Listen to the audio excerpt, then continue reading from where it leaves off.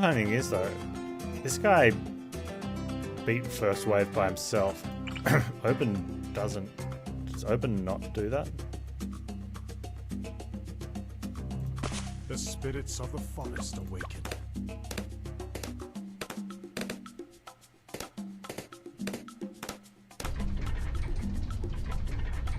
So now I don't have enough money for a monkey.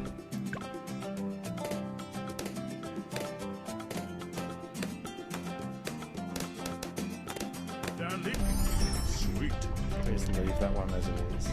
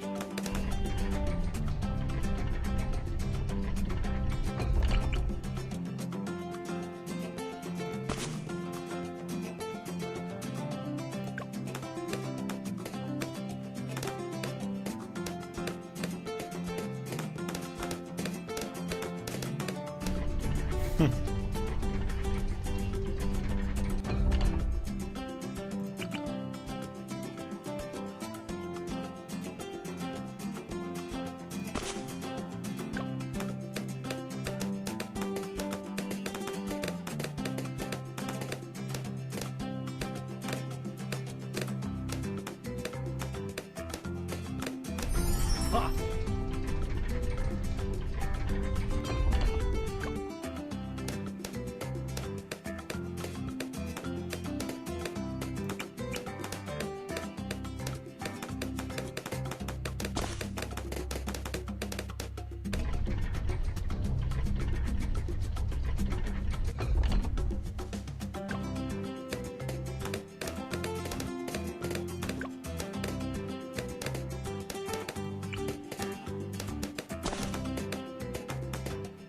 Come on, dude. Get him. Get him.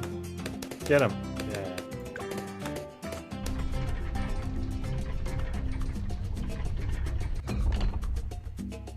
The rotation must feel off because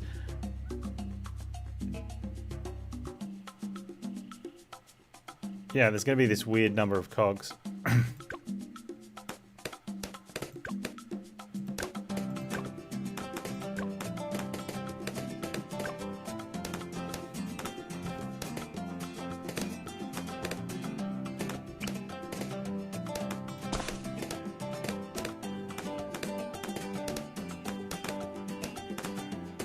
Feels like Etienne is good here. How so? His drone range isn't that high. The full camo could be good, but I think we use snipers for that instead.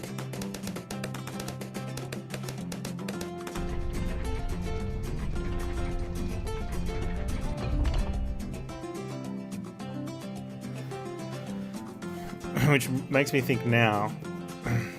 Do I hold out for a sniper or do I upgrade? I think I hold out for a sniper. Nice. Awesome. Yeah, heli's probably really good if you can hold out, but I don't think you can hold out that long.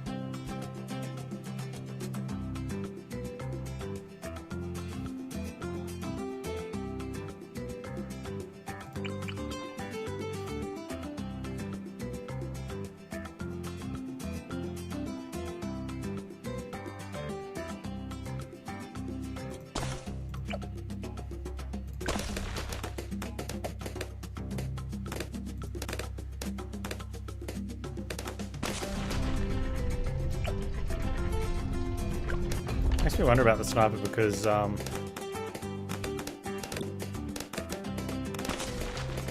can do lead, but only if he's on the map half the time. I think we have to go lead on the sniper. But I also need camo.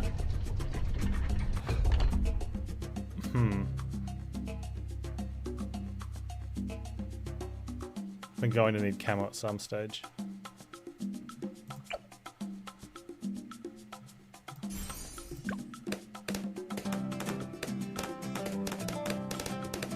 That's help with camo.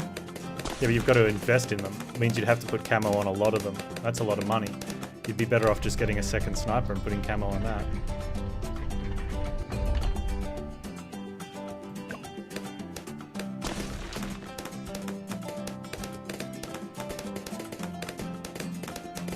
Bat Monkey's probably good when you get around to it.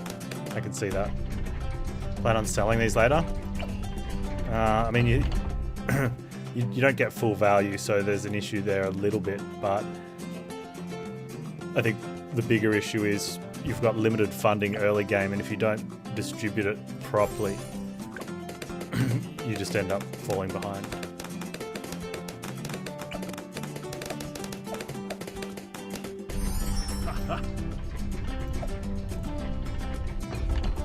So I think in this situation we're fairly strong. The last one, the one we're weak because there's a bit of a gap there. But I think we hold up in that.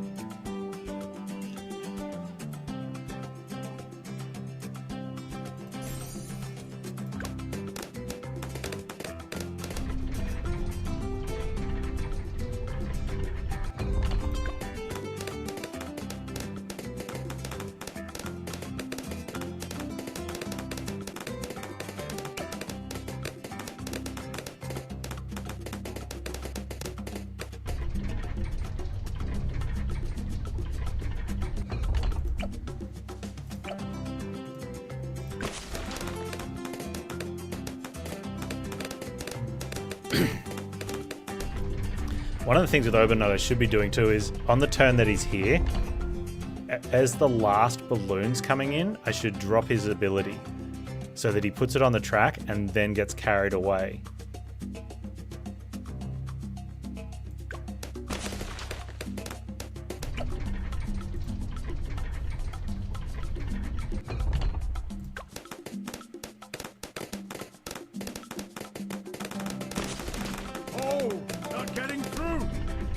Swapped him over to first.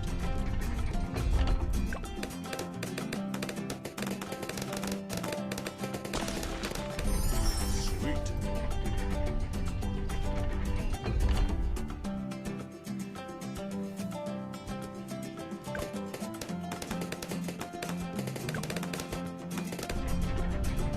Oh, you can't use it as the round's ending. I missed my opportunity to use it. I should have put the thing on slow. So the other thing is, because it would have got the camo as well. Do I even care about one camo balloon? I mean, I could get it if I really care about it, but I don't really care about it. One of the things it does, though, it upgrades this monkey a little bit for the rest of it, which is more important. I think having that thing there for that round would have been perfect.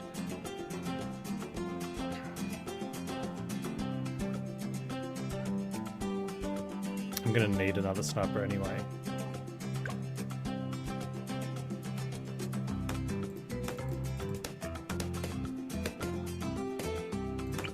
They're leaking.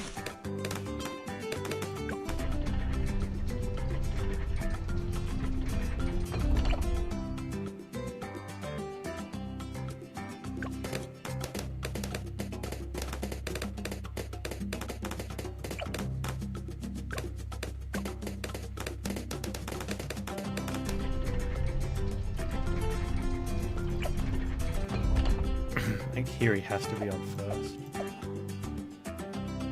Without Oban, he has to be on first, I think.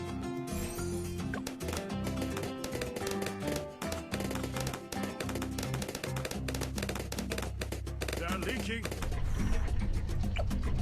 They're leaking a lot now.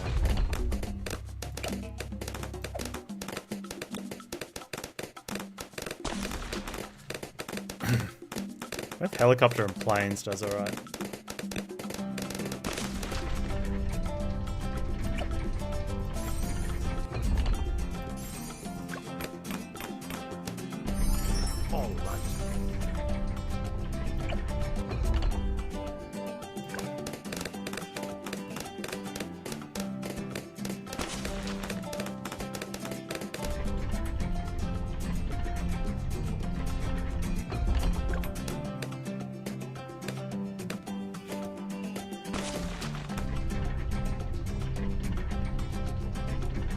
That's really interesting, an engineer on there, like with the... What happens with the turrets? I got it out in time. I think the turrets would stay. I mean, that's staying and we're out of range. Is it possible to make fast forward faster? No. Or at least not that I'm aware of. There are some races where you can keep sending waves. So if your build's strong enough, and that's the idea, is you need to get it stronger and you send a couple waves at the same time.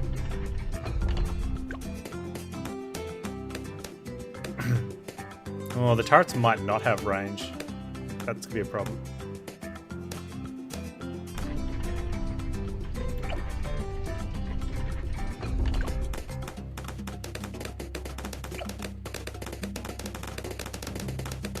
Oh, not getting through. This is dead.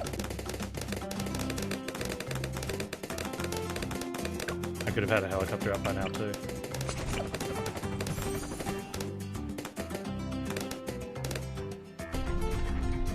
I panicked. That shouldn't be there, but oh, it doesn't matter where it is because it turns independent of the things.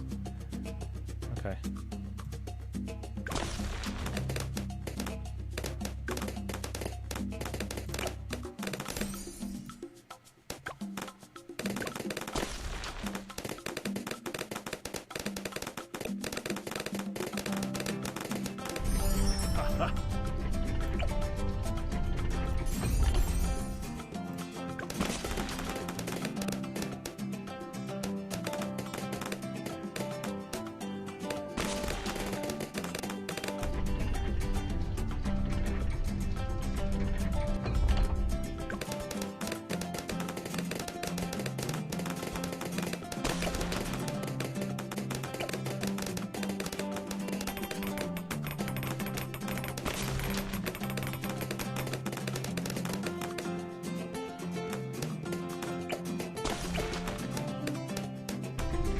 Okay.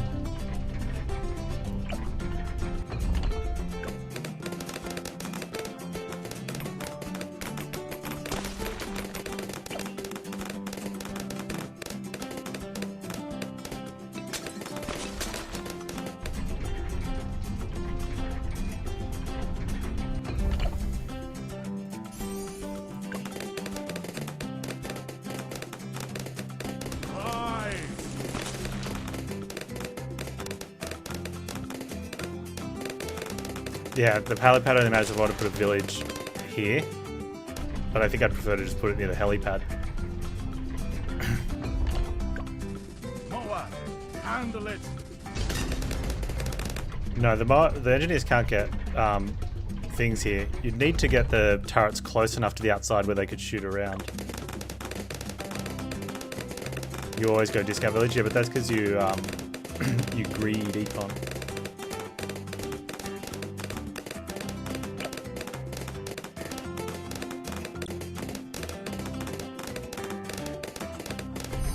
Yes.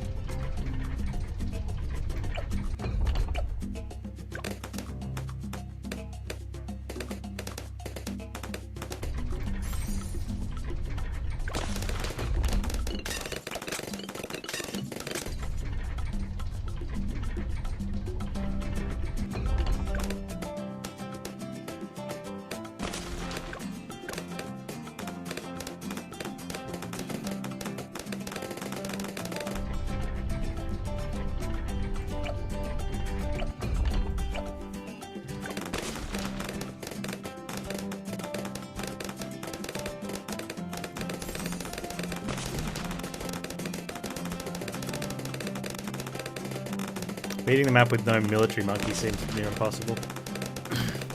Probably. Like...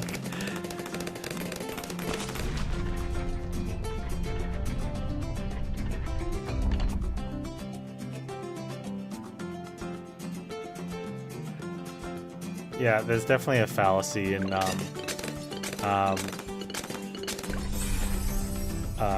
maximizing econ in games.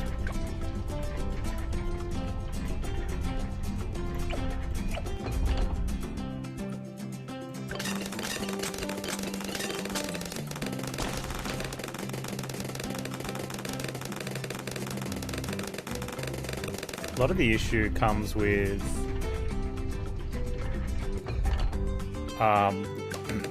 leaving enough to siphon off what you need to use. But the problem with games like this is that there is no regular usage that requires some siphoning off the top. So if you compare it to a real world business model where you are the business, you need to take yourself a wage, right? You need to pay yourself as CEO of Ucorp. And that wage is what you need to live off on a, let's go, monthly basis. You need enough to pay your bills, any outstanding debts that are going to happen, whether it be rent, mortgage, other bills. You need to eat. You might need to put aside some money for clothes, holiday stuff and whatnot. You set yourself a budget. Once you've done that, assuming everything runs just like a video game, because the real world does, right? Everything else you should be investing as soon as possible into an investment, right? If we're econ greedy. In games like this, though, that's not how it works. It's all about a save up and then spend.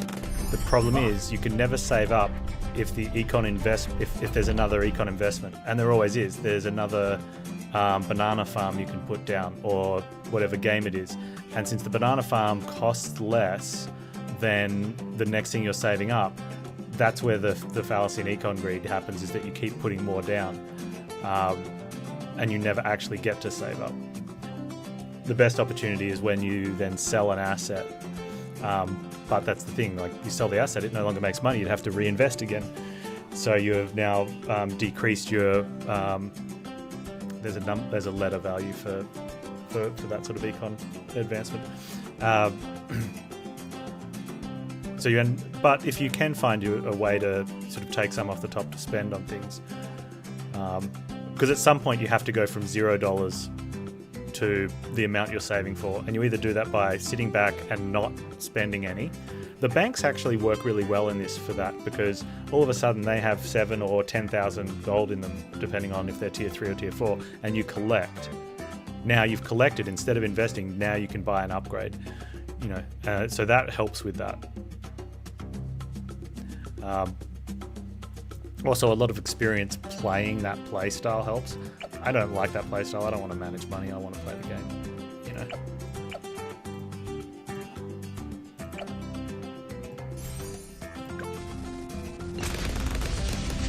That's the thing. You've got to be strong enough to survive, and you have to know what you need to do that with. Yeah. And that's why I said it comes with a lot of experience at that playstyle, and especially that playstyle in the specific game that you're playing. If you know the numbers, and this is why I don't play around with monkey banks and stuff in between when I'm doing a map I'm unsure of, I don't know the numbers. So what I talk about is, how much gold do I get from this wave? How much gold do I get from next wave? How many waves do I need to last? Like, how much gold do I get per wave from this, so that when I sell it, I have more than what I started with? Because you can then do a calculation, right? You can just add those numbers up and subtract the other numbers and go, right, I am either better off doing nothing and waiting to save. What are we waiting for now? I'm waiting for an elite defender. Right? So I need 15,000. I'm 7,000 away from that. So it's a very specific answer. I am either going to get that 7,000 first, either by just doing nothing, or by buying a monkey thing, upgrading it to this tier value, and then selling it one wave earlier than I would have gotten the upgrade anyway. It might even be 2 waves quicker. There might be a really aggressive way where you can get it 3 waves quicker. You'd have to know. And most people don't just know. They don't be like, oh yeah, blah blah this blah. Instead of taking it to a full bank, only take it to a 130 bank, and then you'll be able to get it with 2 coins to spare. You don't know that. You'd have to calculate. You'd have a table or something. Shit Shorty with the 18 months. Hype more. I want more. A year and a half is not enough. Hype. You want more? Well, you've just got to do exactly what you just did, is hit that sub button, support the channel, and I can keep coming back. Thank you so much, man. appreciate it.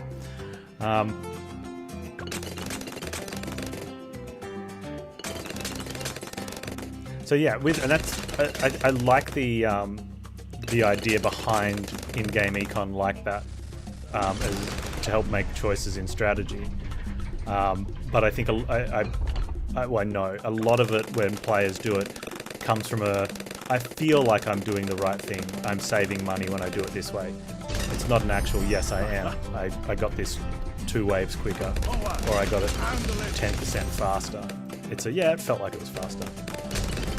And some of them are just obvious. When you get, you play a game to level 80 and you know that with, in this case, let's say a hero and 6 towers, you cannot get one of them to tier 5 because it costs too much. But if you do the exact same thing except start playing around with the banks, you do get enough money to get one upgraded to tier 5. Like that's a definitive answer. Oh, I had more money because now I had the same towers except one of them was tier 5. Like all the others had the same upgrades except the one that was tier 4 without banks. I played with banks and I got it to tier 5. Now you know that doing it that way is better. But you didn't know before you started.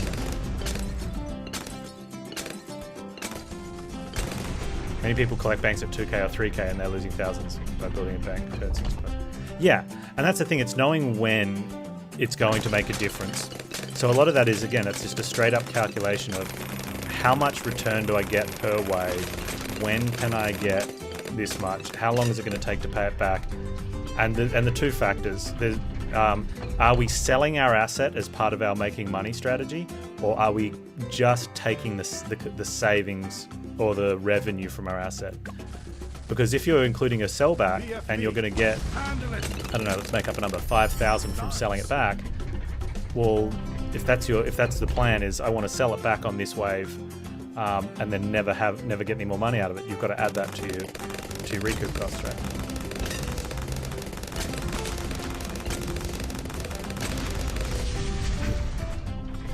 Yeah, and then there's the final thing in it. If you choose to progress your Bloons play to the highest level, there is no economy allowed. You cannot build monkey banks. Anything that does have money doesn't generate money or isn't available. So it doesn't matter. Which is one of the biggest reasons why I'm not looking into it to be used as an optimal gameplay. Because when we do get to chimps, you can't use it. So I am not spending any brain power learning or looking up or researching something that ultimately will not get used.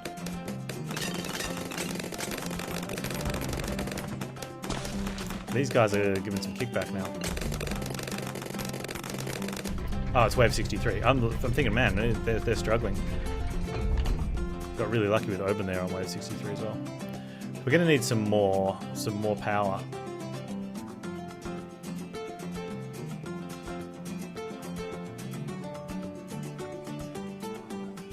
I think if I spaced these guys differently, I could have put a house in here for them.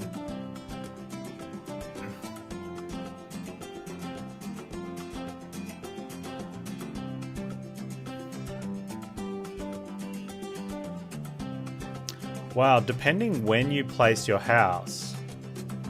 Look at that, because that house gets up, like, determines how close you can get it to that.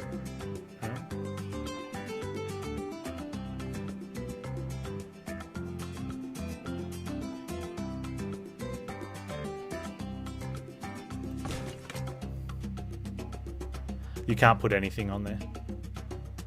That would be cool. Get like a dude there. You're just going mad, man, with that hair. Ready for medium later?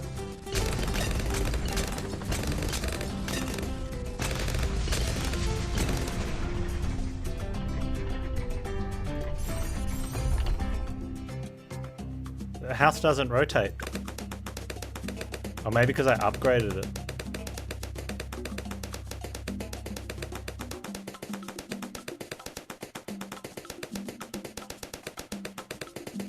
Cash drop snipers? I don't know if it's worth it or not.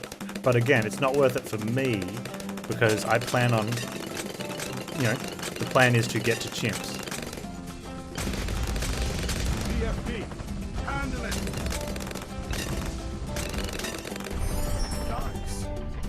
Yeah, look, house isn't rotating.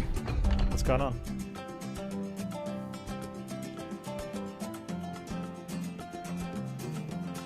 I did a little bit.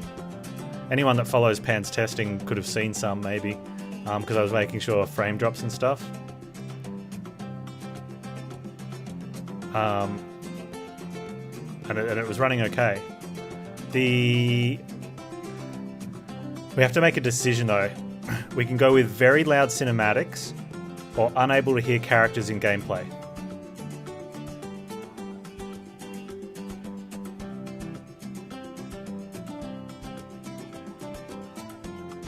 I've currently got it in between, so we get the worst of both worlds. Overly loud cinematics and can't quite hear characters in gameplay. You know, and for headphone users, it's the worst of both. It literally is the worst of both for anyone with headphones. It is blow your ears out in the cinematics, and you won't be able to hear them talking during gameplay, or it's going to be tough. It's just they've managed to screw this up so perfectly, and it's becoming a common thing. One thing I want to say though, King Arthur had a volume slider for cinematics. I saw that and I smiled. I sat back in my chair and I smiled. I thought, I'm not the only one. There's a lot of people that have been saying, if you do cinematics, especially, pre-rendered stuff that and pre-audioed stuff, like so it's all completed, have a volume slider for it.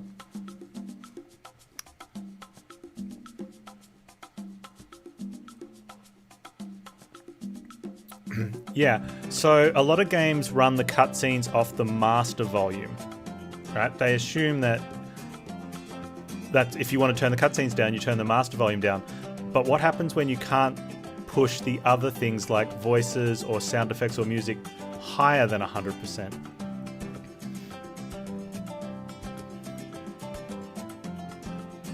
Again, Ender, can't get cash drops on chimps, and that's the goal. I want to be playing chimps, I want to get practiced at the game and get good at the game, so I'm not going to learn a strategy that cannot be used in chimps. I can win this match? I think so. I'm going to try really hard.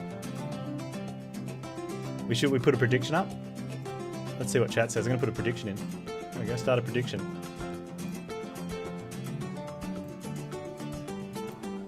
There you go.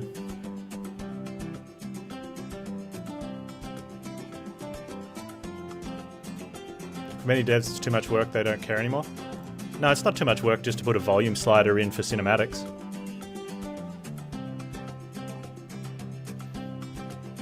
Sound wasn't an issue before with games because 8-bit sound and MIDI sounds and other stuff, everything was sound balanced. It was just sound.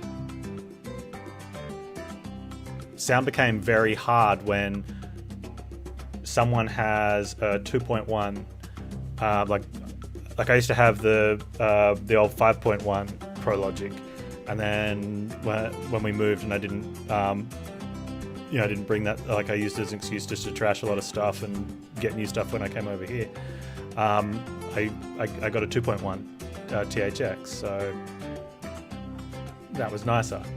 But I generally hate most subs on PC stuff because actually I wouldn't recommend the and this was I think it's a Logitech. I really like the Logitech sound systems, except I don't like this model that I got because the bass controller changes how soon your subwoofer kicks in. The actual speakers themselves are very tinny.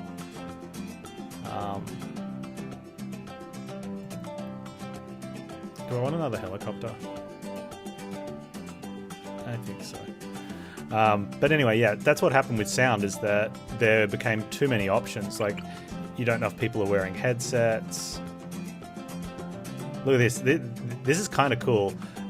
If we place this at a different time, like maybe next turn.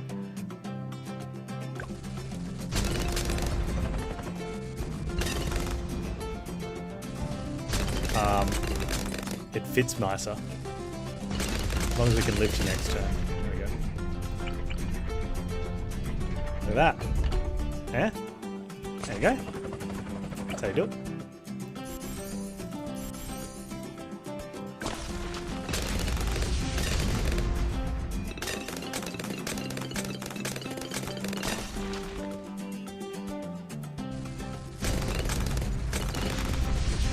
Yeah, I think though, Lazy Bum, the second side of that often doesn't get told is that deadlines get given long time before before the deadline's met. Like, so, and a lot of that feedback like a publisher will say to a team, you know, they'll work out a negotiation of, can you get this done? Like, what sort of time frame is it going to take you? And so if you're looking at, let's go with a smaller game, let's go with a 2-year deadline. The whole idea, the publishers of someone that's funding a game says, you know, they might say, can you get it done in 2 years? They don't want you to lie to them. It's not like you're trying to impress someone and then they go, yeah, I can get it done in 2 years. It's a business agreement. They want to know, if you get it done in 2 years, then that's a factor that they'll look into to be like, do we want to give this guy the money to publish his, you know, to fund the game and do the publishing for it? And if they say no, with our team, it's more likely going to be a 2.5, if not 3-year plan. Then the publisher takes that on board. But a lot of devs get in there, they're like, I just need the money. Yep, sure, I'll tell them I can get it done in 2 years. And then 2 years later, the publisher's like, all right, you've got to put your game out. Dev team goes, we're not ready, we need more time. And then the publisher says, well, we're not giving you more time because it was a 2-year deal. And then everyone hates the publishers now. It's like, well, you know, at some point, both sides have to take responsibility for actions, right? And that's not always the case, mind you. But it is quite common where the devs set that date, or at least told they said what expectations should be they can meet, and came to an agreement. Most of the time, it's not, and it's really hard because when people say devs, that encompasses a huge team, right?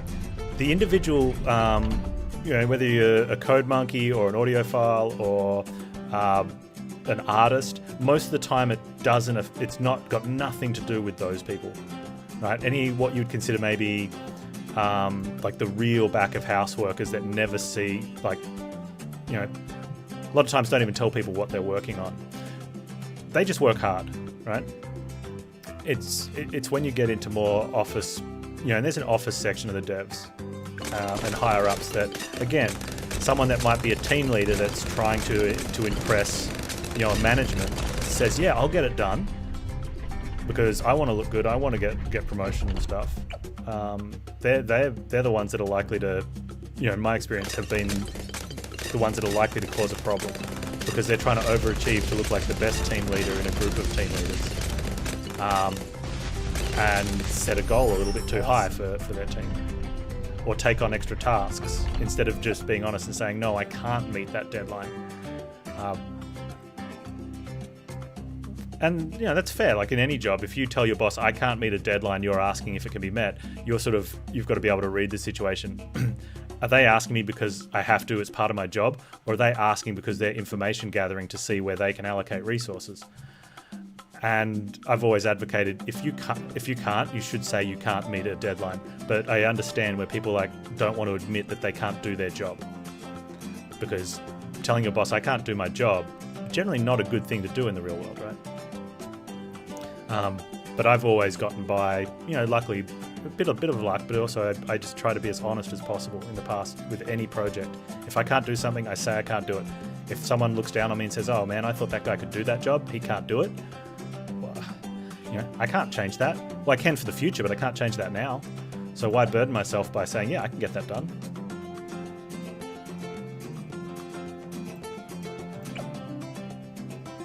Oh, you can go after those.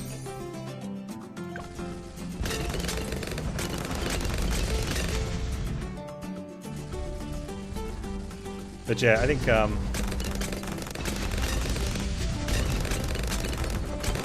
there's definitely issues in the entirety of the dev, publisher, media, consumer love quadrangle. I get an alchemist in here. Oh, that's gonna be pretty good.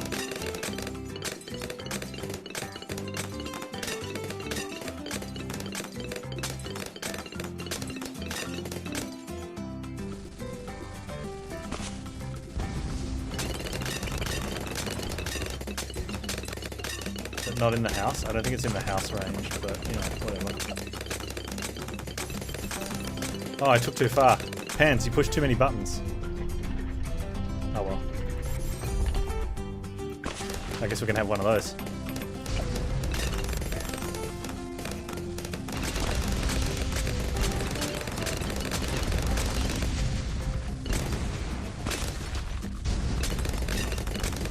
I'm only human, not a super monkey.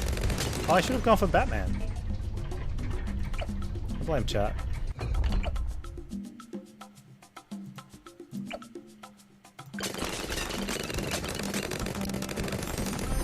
Nice.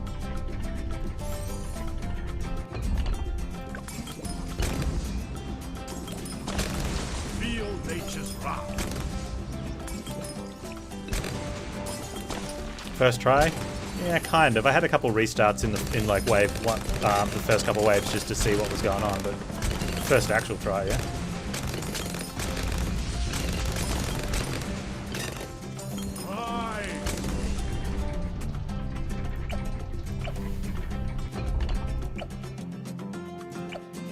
I don't think that one's getting either of them. I think it gets in range depending where on the circle the house is.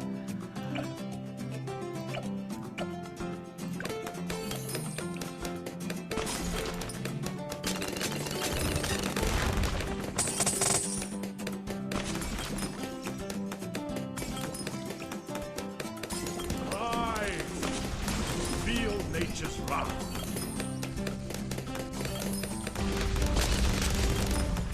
How good were those trees? I think trees saved.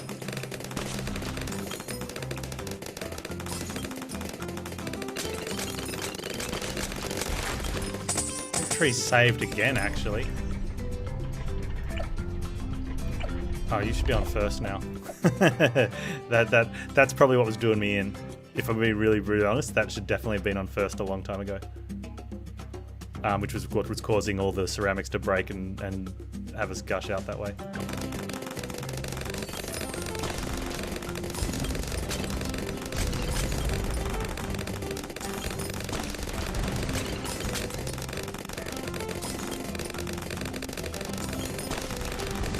Feel nature's wrath.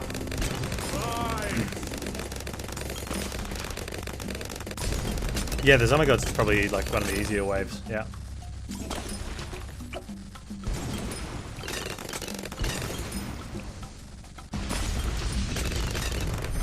Awesome.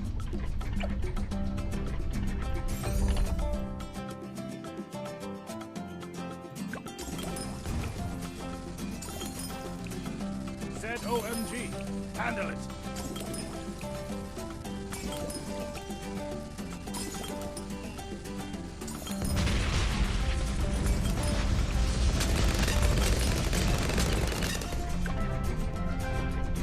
First try.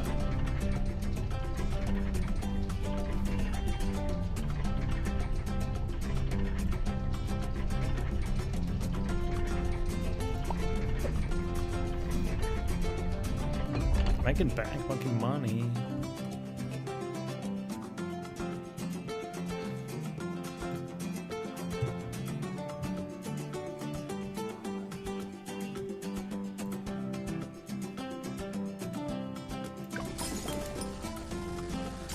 Alright, what's the plan? Oh, I should, prediction. Wow, okay. 6 people said yes, we'll beat it. 5 said we wouldn't. However, 100,000 points got put up against no. Some of you guys just scooped. Yeah, Sean. Wow. 113,000 went to Valkyrie.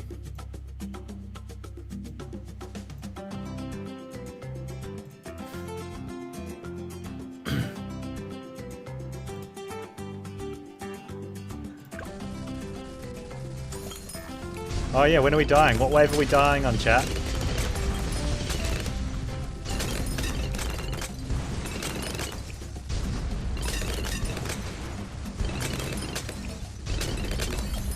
$200. Well,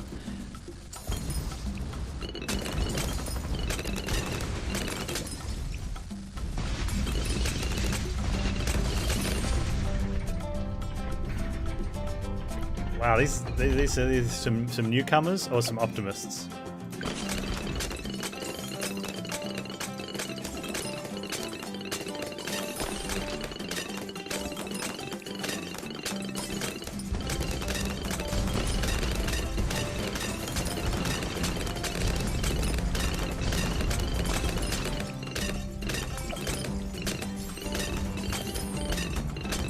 I actually think though that needs to be in range of a house if it's going to get things.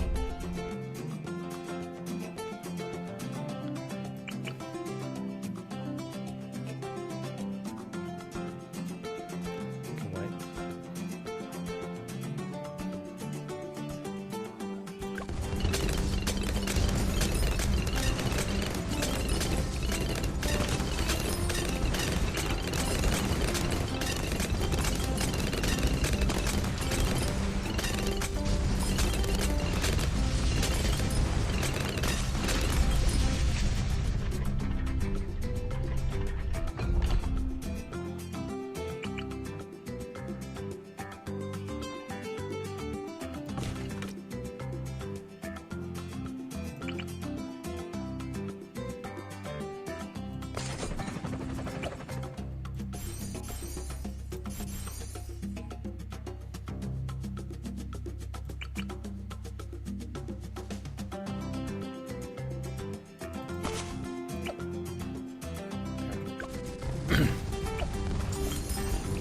ZOMG, handle it.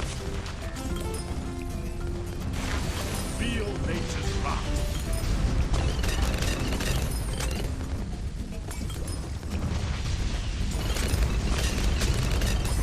Nice.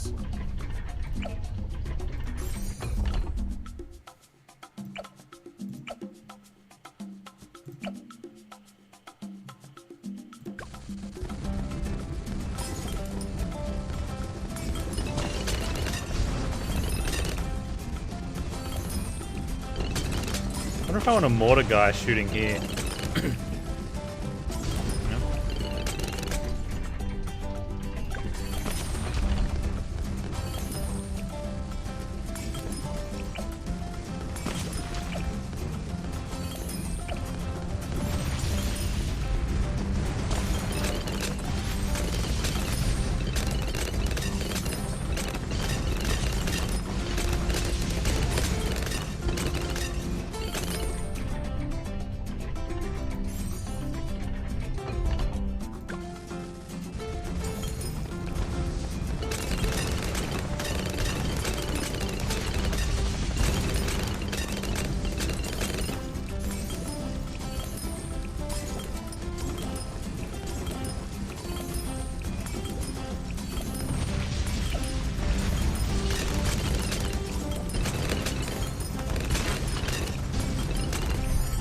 One with the wild. Oh.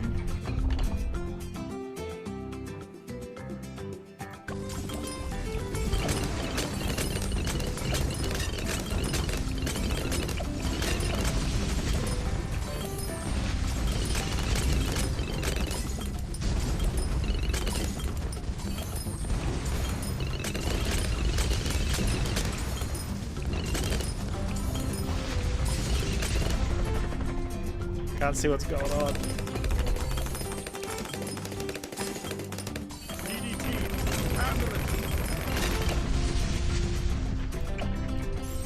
Okay, apparently we handled it right there.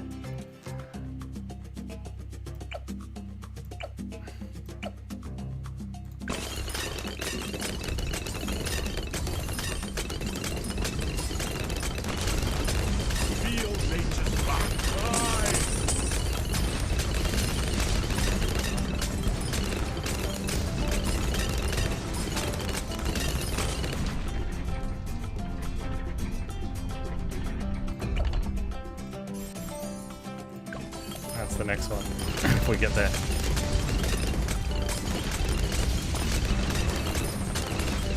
I think I'm gonna go house, like big house for the thing.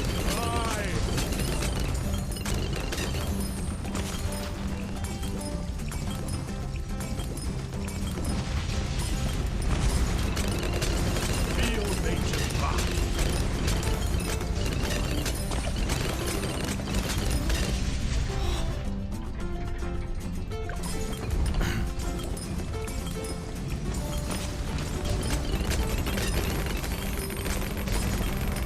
Ah, couldn't hold him back.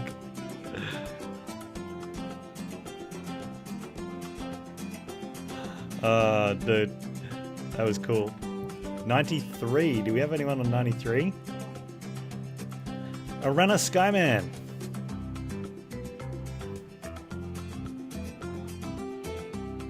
You win. Tell him what he won, Bob. Nothing.